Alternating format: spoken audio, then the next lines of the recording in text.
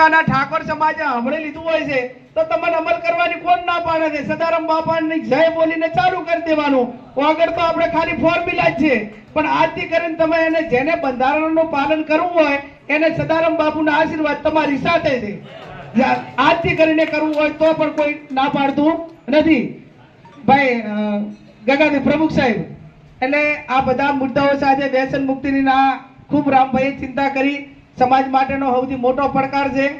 હા, ઈશ્વરભાઈને કાલે દુકાનનું ઓપનિંગ કરવાનું છે. હવે નવા હમાવા પ્રમાણે સ્ટોક રાખજો, એટલે ભાઈ દાન જ ના બગડે એમ કે ભાઈ અમારે ત્યાં આટલું જ મળે છે, હમણાં એવું રાખજો ને એમ. હા, એટલે જે સમાજે જે બંધારણ કર્યું છે એવો હમાવો વધારે સ્ટોકમાં મળી રહે, જેથી કરીને કોઈ એવું બહાનું ના રહે કે આ તો વાણિયાની નથી મળતું, અમારે કરવું શું એમ.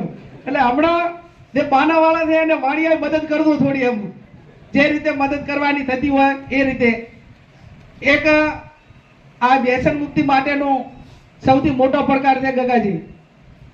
આ રામભાઈ ઓખારામ 2 જણા નીકળ્યા હતા તો એમને એવડું મોટું 1 ઉમેરાણું, 2 ઉમેરાણું, 3 ઉમેરાણું, અનેક ઉમેરાણા.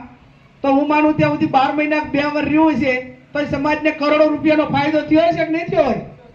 અને અત્યારે હવે એ મગજમાંથી કાઢી નાખો કે આ કોઈને ઘરે નહીં આવે. દરેકને ઘરે છે, મારે ઘરે છે તો તમારા બધાને ઘરે હશે. હવે મેં મારા ઘરે હું કંટ્રોલ મારી જાતે નથી કરી કેતી, બરોબર? તો પછી તમે બધા આગેવાનો કે ગમે એ હોય, જે પેટ હોય ને એને જે પહોંચવા માટે કાં તો એના મૂળમાં જવું પડે અને અથવા તો પછી એ પ્રમાણેનું વાતાવરણ તૈયાર કરવું પડે.